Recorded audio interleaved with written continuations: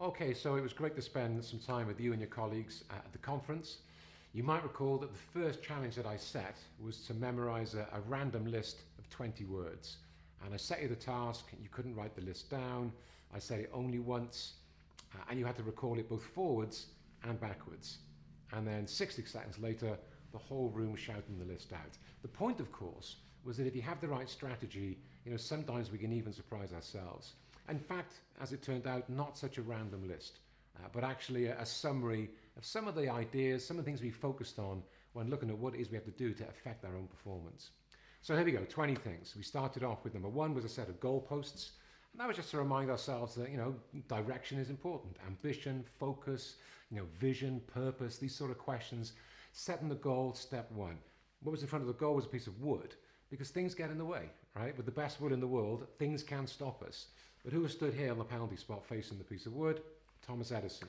Thomas Edison was about being creative, an innovator, thinking differently, challenging our perspectives, asking better questions. So Edison's holding on to what? Obviously his light bulb. The light bulb is to remind us of being energized. Right? He may not have all the answers, but at least we can walk in a situation with energy. So we kick the light bulb. Where does it go? Straight through the wood and scores a goal. Scores a goal, the crowd does what? The crowd starts to cheer. So the crowd represents, people who you go to for ideas. We haven't got to reinvent the wheel. There's plenty of people out there getting the results that you and I want. Whether I go looking for them, that's the choice we can make. But out of the crowd comes the model, right? The model of excellence. Someone who's got the process, the idea that we need to go and demonstrate, and find them. Find the people getting the results that we want. Model's holding a cake. They have the recipe. They have a strategy. How many candles? 8 candles. Not relevant to anything, as you know. We take the cake, give it to who? Give it to the first fan. So what does the first fan do?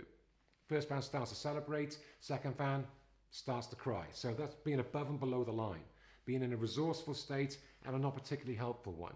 What popped out the second fan was their eye, right? So the eye is to remind us of focus, where we focus our attention. Things we say to ourselves, things we visualize, things we expect is one reason why you're above the line and I'm not, right? The eye lands in the lemonade. Remember the lemon? You think lemon, it hasn't even got to be real. You can still generate a reaction. The body responds to the thought process. That's to remind you of that. So the lemon starts to fizz up. Out comes a bubble shaped like a leaf. Buzzing around the leaf was a bee, and that was about belief, of course. I know, it's still cheesy. So belief, what we believe to be true doesn't make it true. But what you believe to be true probably starts to inform what you think about things, how you feel about things, and how you feel affects what we do. So the bee starts to vomit lots of filtered water. The filtered water is about beliefs are like filters. They're the filter through which we see things. And Bobby gave the example of when you lose your car keys. And you ever lose your keys? You're looking around your house for your keys, right? You've lost my keys, I've lost my keys. Do you ever go around the same circuit 4 or 5 times? And finally, after the 4th or 5th lap, you suddenly find your keys in a place you've walked past 4 times. It's how the brain works. It's called a scotoma, a blind spot. As soon as you say, I've lost my keys, the brain's job is to prove us right. And it'll try its best to help us not see the keys that are right in front of us. So beliefs are like filters. Okay, so the bee starts to vomit lots of filter water into the pot, right? The terracotta pot. And inside were 10 shells. Again, even cheesier, how we tap potential, I know, is important that we realize at least we have potential. If I was to ask you what percentage of your potential do you think you're realizing? Just pick a number, right? As you think of the number, one thing I can probably assume quite accurately is you're probably not thinking 100%, right? You're not thinking all of it. I'm tapping everything. You're probably thinking there's a little bit there to be had, right? And it's a belief system to have. There's always a little more to have, a little more potential to access.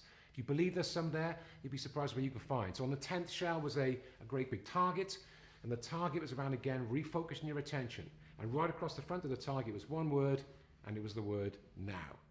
And I'm sure you won't forget, opportunity is now here. Good luck moving forward.